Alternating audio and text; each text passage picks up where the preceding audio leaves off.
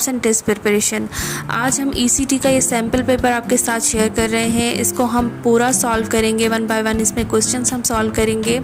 जैसा कि आप सबको पता है कि ईसीटी की जॉब्स जल्दी ही अनाउंस कर दी जाएंगी। ईसीटी यानी अर्ली चाइल्डहुड टीचर की जॉब्स हैं ये, और फीमेल्स अप्लाई कर सकती हैं इसमें सिर्फ। ये ईसीटी का सैम्पल पेपर है जो इस वीडियो में हम सॉल्व करके आपको दिखाएंगे। ईसीटी का सिलेबस जो है वो हमने ऑलरेडी एक वीडियो में शेयर किया, बताया है कि किस किस एरिया से क्वेश्चंस आ सकते हैं ईसीटी की पोस्ट के लिए। स्टार्ट करने से पहले आप सबसे छोटी सी रिक्वेस्ट, चलिए स्टार्ट करते हैं। पार्ट 1 है कंप्यूटर या आईटी से रिलेटेड। तो क्वेश्चन नंबर 1 है, what do you mean by landscape in MS word. MS word में लैंडस्केप का मतलब क्या है। तो जब हम एमएस वर्ड डॉक्यूमेंट ओपन करते हैं तो कुछ इस तरह का इंटरफेस आ जाता है हमारे पास। ऊपर वाली बार को जो है हम कहते हैं टास्क बार, और नीचे वाली बार को कहते हैं मेन्यू बार। जब हम मेन्यू बार में पेज लेआउट के टैब को क्लिक करेंगे तो हमारे पास दो ऑप्शंस आएंगे, एक पोर्ट्रेट, दूसरा लैंडस्केप। अब ये जो है ये पेज की ओरिएंटेशन होती है। ओरिएंटेशन से मुराद के पेज को किस डायरेक्शन में आप लाना चाहते हैं। So here is correct option is B, page orientation. Second question है, to save a workbook using shortcut keys press. हम वर्कबुक को सेव करने के लिए शॉर्टकट की कौन सी यूज़ करते हैं। So here is option B is the right answer, control S. हम वर्कबुक को सेव करने के लिए शॉर्टकट की जो यूज़ करते हैं वो कंट्रोल एस है। पार्ट 2 जो है वो जनरल नॉलेज, करंट अफेयर्स या आईक्यू के क्वेश्चंस का है। क्वेश्चन नंबर 3 है, the highest peak of salt range is. नमक के हद की बुलंद तरीन चोटी कौन सी है। तो here is option D is a correct answer, स्कासर। स्कासर माउंटेन की जो हाइट है तकरीबन 1522 मीटर्स है, और ये पंजाब में वाक़ है, खुशरब डिस्ट्रिक्ट में। क्वेश्चन नंबर 4 है, what is the original name of K2। K2 का ओरिजिनल नेम यानी कि असली नाम कौन सा है। तो इसका जो सही आंसर है वो है गॉडविन ऑस्टिन। गॉडविन ऑस्टिन जो है वो K2 का असली नाम है। माउंट एवरेस्ट के बाद ये सेकंड हाईएस्ट माउंटेन है, और ये पाकिस्तान में वाक़ है, और कराकोरम रेंज की हाईएस्ट पॉइंट है। अब पार्ट 3 जो है वो पेडागोजी, असेसमेंट या एजुकेशन से रिलेटेड है। क्वेश्चन नंबर 5 है, educational evaluation is a process by which a teacher can assess. इस क्वेश्चन का मतलब है कि एजुकेशनल एवोल्यूशन यानी कि तालीमी तशख़ीस एक ऐसा प्रोसेस है जिसके ज़रिए एक टीचर अंदाज़ा लगा सकता है किस बात का। तो एजुकेशनल एवोल्यूशन के बारे में बात कर लें तो तालीमी तशख़ीस यानी कि एजुकेशनल एवोल्यूशन एक डेटा को हासिल करना और उसको एनालाइज़ करना है, इस बात को डिटरमाइन करने के लिए कि हर स्टूडेंट का बिहेवियर उनके तालीमी करियर के दौरान कैसे तैयार होता है। इन सिंपल वर्ड्स हम ये कह सकते हैं कि एवोल्यूशन जो है, एजुकेशनल एवोल्यूशन जो है एक प्रोसेस है जिसमें टीचर जो है स्टूडेंट की परफॉर्मेंस देखता है, यानी कि उसको डिटरमाइन करता है, एनालाइज करता है, असेस करता है। तो ऑप्शन जो है डी करेक्ट है इसमें, students performance. Question number 6-7, according to John Dewey which side of educational process is basis. यानी कि जॉन डेवी के मुताबिक तालीमी अमल का कौन सा रुख जो है वो बुनियाद है, बेसिस है। सबसे पहले ये जान लेते हैं कि जॉन डेवी थे कौन। जॉन डेवी, जिसको फादर ऑफ एजुकेशनल फ़िलासफ़ी भी कहा जाता है, वो एक साइकोलॉजिस्ट, फ़िलासफ़र और एजुकेशनल रिफॉर्मर थे, जिन्होंने ये बताया कि एजुकेशन जो है वो फ़िक्स्ड करिकुलम के मुताबिक नहीं होनी चाहिए, बल्कि स्टूडेंट्स के नीड्स एंड इंटरेस्ट के मुताबिक होनी चाहिए, यानी कि कॉन्सेप्चुअल स्टडी होनी चाहिए और लर्निंग की न्यू स्ट्रेटजीज़ होनी चाहिए। So according to John Dewey, psychological side of educational process is the basis. So option D is a correct answer. Question number 7 है, it is the set of courses and their content offered at a school, college और university. इसका मतलब है कि school, college या university में जो भी कंटेंट दिया जाता है या कोर्स दिया जाता है उसको हम क्या कहते हैं। तो उसको हम करिकुलम कहते हैं। Option C is the right answer. अब करिकुलम, सिलेबस और कोर्स में जो डिफरेंस है वो ये है कि करिकुलम जो है वो बॉर्डर टर्म होता है, यानी कि सिलेबस, कोर्स, टेक्स्ट बुक्स और एक्टिविटीज़ सब कुछ इसमें आ जाता है। और सिलेबस वो होता है जिसमें लिस्ट ऑफ कंटेंट, टॉपिक्स और टीचिंग मेथड्स आ जाते हैं, और इसमें डिस्क्रिप्शन नहीं होती। इसके अलावा कोर्स वो होता है जिसमें डिस्क्रिप्शन दी जाती है और वो डिटेल्ड होता है, यानी कि set of subjects English, math, biology, chemistry, physics, इस तरह से सब्जेक्ट्स आ जाते हैं और वो एक्सप्लेन्ड होता है। क्वेश्चन नंबर 8 है the 3 domains of Bloom's taxonomy are. Bloom's taxonomy के 3 डोमेन्स कौन से होते हैं? सबसे पहले हम ब्लूम्स टैक्सोनॉमी को डिफ़ाइन करते हैं कि यह है क्या। ये बेसिकली एजुकेशनल स्किल की ग्रेडिंग यानी कि दर्जा बंदी की सीक्वेंस होती है जो कि क्लासरूम में टीचर और स्टूडेंट्स की मदद कर सकती है। और इसके 3 डोमेन्स होते हैं basically. First is cognitive learning domain, second is affective learning domain and third is psychomotor learning domain. Cognitive learning domain जो है वो थिंकिंग से रिलेटेड होता है, इसको कोर लर्निंग डोमेन भी कहा जाता है। अफेक्टिव लर्निंग डोमेन जो है वो फीलिंग, इमोशन या एटीट्यूड से रिलेटेड होता है। और थर्ड है साइकोमोटर लर्निंग डोमेन, इसमें एक्शन बेस्ड लर्निंग होती है, यानी कि स्टूडेंट्स फिजिकल लेवल पे कोई काम कर रहे हो तो उसको हम साइकोमोटर लर्निंग डोमेन कहते हैं। सो the correct option is option A, cognitive, affective and psychomotor. तो ये था पेडागोजी का सेक्शन जो हमने सॉल्व किया। इसमें से बहुत क्वेश्चंस आते हैं स्पेशली ईसीटी में, तो इसमें आपकी प्रैक्टिस करना लाजमी है। अब पार्ट 4 है सब्जेक्ट से रिलेटेड, जिसमें पहले इंग्लिश सेक्शन आ जाता है। पहले रीडिंग कॉम्प्रिहेंशन आता है जो हम रीड करेंगे पहले, उसके बाद एमसीक्यू सॉल्व करेंगे इसके। Can we see that the earth is globe? Yes, we can. When we watch a ship that sails out to sea, if we watch closely, we see the ship begins to disappear.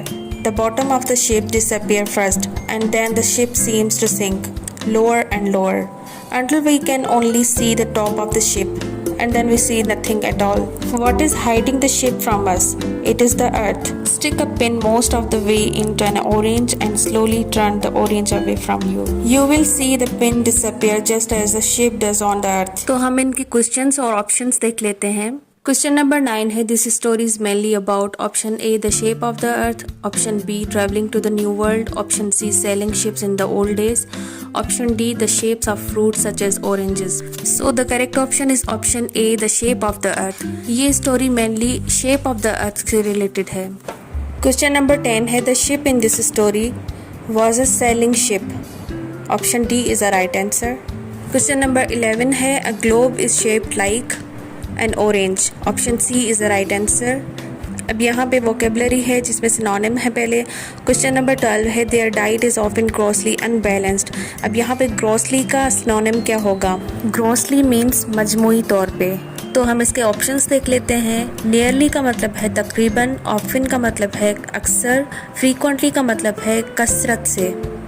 So option A correct होगा इसमें completely, मतलब के मुकम्मल तौर पर। Question number 13 है the whole thing is a vicious circle.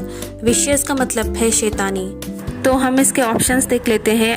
Option A में है सिवियर। सिवियर का मतलब है शदीद, वेरी बैड का मतलब है बहुत बुरा, डेंजरस का मतलब है ख़तरनाक और क्रिटिकल का मतलब है तनकीदी। तो जो सूटेबल ऑप्शन है वो है सी, डेंजरस। अब यहाँ पे एंटोनिम्स हैं। क्वेश्चन नंबर 14 है the people must then go hungry. Go hungry means they don't have enough food to eat, मतलब कि उनके पास ज़्यादा खाना नहीं है, इनफ फूड नहीं है खाने के लिए। तो इसका जो अपोजिट होगा वो होगा well fade, option D is a right answer. Question number 15 है a particular country might be generous. Generous का मतलब है बेलौस, सखी, दिल बड़ा रखने वाला। तो इसके हम ऑप्शंस देख लेते हैं। मिजरली का मतलब है कंजूस, मॉडरेट का मतलब है एतदाल पसंद यानी मोतदल, एक्स्ट्रावेगेंट का मतलब है इसराफ या इजाफी खर्च करने वाला, फ्रूगल का मतलब है किफ़ायत शुआरी। तो here is option A is a right answer, मिजरली।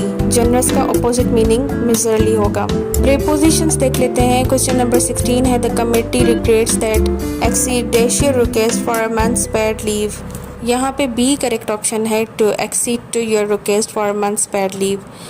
Question number 17 है our college is affiliated dash the university of Sindh, with the University of Sindh, affiliated with, option A is the right answer. अब यहाँ पे error detection है। George has not completed the assignment yet and Maria hasn't neither। यहाँ पे error जो है D option है, hasn't neither। यहाँ पे लगेगा hasn't either। क्वेश्चन नंबर 19 है the sun rose before I got up. इस सेंटेंस में कोई भी ग्रामेटिकली मिस्टेक नहीं है, ये बिल्कुल करेक्ट सेंटेंस है। and it is a very simple sentence where sun rose is a main clause and before I got up is a subordinate clause. अब यहाँ पे मैथ सेक्शन स्टार्ट हो जाता है जिसमें एज प्रॉब्लम और रेशियो प्रॉब्लम दिए गए हैं। वीडियो ऑलरेडी बहुत लंबी हो चुकी है, तो ये प्रॉब्लम्स जो है ये किसी अलग वीडियो में आपको समझाएंगे। इसके अलावा जो भी टेस्ट वगैरह में प्रॉब्लम्स आते हैं वो आपके साथ शेयर करेंगे, जिसमें एज प्रॉब्लम्स होंगे, रेशियो के प्रॉब्लम्स होंगे, तो इनकी एक सेपरेट वीडियो होगी इंशाल्लाह, बहुत जल्द हम अपलोड करेंगे। नेक्स्ट है जनरल साइंस सेक्शन, जिसमें बायोलॉजी, केमिस्ट्री और फिजिक्स के क्वेश्चंस हैं। क्वेश्चन नंबर 22 है what does angstrom mayor. Angstrom जो यूनिट है वो लेंथ का यूनिट है, जो कि इक्वल होता है 10⁻⁻10 मीटर के या 0.1 नैनोमीटर के, जो कि लाइट की वेवलेंथ को मेयर करता है। इसके अलावा इसकी विजिबल स्ट्रेचेस जो है लाइट की वो है 4000 angstrom to 7000 angstrom. Question number 23 है light year is related to. Light year किसका यूनिट है? यहाँ पे ऑप्शंस दिए गए हैं। एनर्जी का यूनिट है जाउल, स्पीड का यूनिट है मीटर पर सेकंड, इंटेंसिटी का यूनिट है वाट पर मीटर स्क्वायर और डिस्टेंस का यूनिट है लाइट ईयर। तो option C is the right answer. Question number 24 wind energy is the dash energy. Wind energy कौन सी एनर्जी होती है? ऑप्शंस देख लें। पोटेंशियल एनर्जी होती है स्टोर्ड एनर्जी। ट्रांसवर्स एनर्जी वो होती है जिसमें सब इलेक्ट्रोमैग्नेटिक वेव्स होते हैं। And kinetic energy is a moving energy, so option C is the right answer. Wind energy is the kinetic energy. Question number 25 है which of the following pairs is incorrect. यहाँ पे options देख लें। इसमें पूछ रहा है कि गलत ऑप्शन कौन सा है, गलत जो डिस्कवरी है वो किसकी है। तो देख लें, रॉइंगटन ने एक्सरे डिस्कवर किया था, ये सही ऑप्शन है। न्यूटन ने लॉ ऑफ ग्रेविटेशन दी थी, ये भी सही ऑप्शन है। और डी जो ऑप्शन है वो पास्चर है, जिसने बैक्टीरियोलॉजी डिस्कवर की थी। और ऑप्शन सी में देखें फेराडे डिफ्यूजन ऑफ गैसेस, ये गलत ऑप्शन है, तो इसको हम टिक करेंगे। फेराडे ने इलेक्ट्रोमैग्नेटिक इंडक्शन डिस्कवरी दी थी। क्वेश्चन नंबर 26 है who discovered circulation of blood in human body. So look at the options. Edward Jenner एक फिजिशियन था जिसने वैक्सीनेशन ईजाद की थी। ऑप्शन बी है जोसेफ लिस्टर, जिसने डिस्कवर किया था कि वाउंड्स को कैसे इन्फेक्शन से बचाया जाए during surgery and after surgery. Option C है विलियम हार्वे, जिसने ब्लड सर्कुलेशन के बारे में डिस्कवरी दी थी। तो option C is the right answer. Question number 27 है unit of energy in MKS system is. Option A volt electric potential difference का यूनिट है। ऑप्शन बी अर्ग, जो कि सीजीएस सिस्टम में एनर्जी का यूनिट है, यहाँ पे एमकेएस सिस्टम में पूछा गया है। Option C ohm electric resistance का यूनिट है। एंड ऑप्शन डी जाउल, जो कि एनर्जी का यूनिट है एमकेएस सिस्टम में। So option D is right answer. Question number 28 है the intensity of earthquake is measured with a. Option A barometer वो होता है जिससे हम एटमॉस्फेरिक प्रेशर मेयर करते हैं। ऑप्शन बी हाइड्रोमीटर वो होता है जिसमें हम ह्यूमिडिटी या एयर में वाटर वेपर्स का अमाउंट मेयर करते हैं।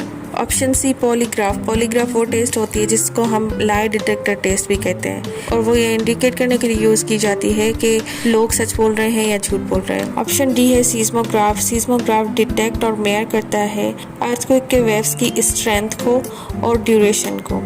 तो option D is the right answer. Question number 29 है which of the following is a negative temperature coefficient of resistance. So basically negative temperature coefficient resistance वो material होते हैं कि जब टेम्परेचर को इंक्रीज किया जाता है तो उनकी इलेक्ट्रिक रेजिस्टेंस डिक्रीज हो जाती है। Basically semiconductors possess a negative temperature coefficient. Now look at the options. Copper, iron, tungsten, ये जो तीनों ऑप्शंस हैं ये कंडक्टर्स हैं। Option C silicon is a semiconductor, hence it is the right answer. Question number 30 and last question है for an ideal gas force of attraction between molecules is. Option D 0।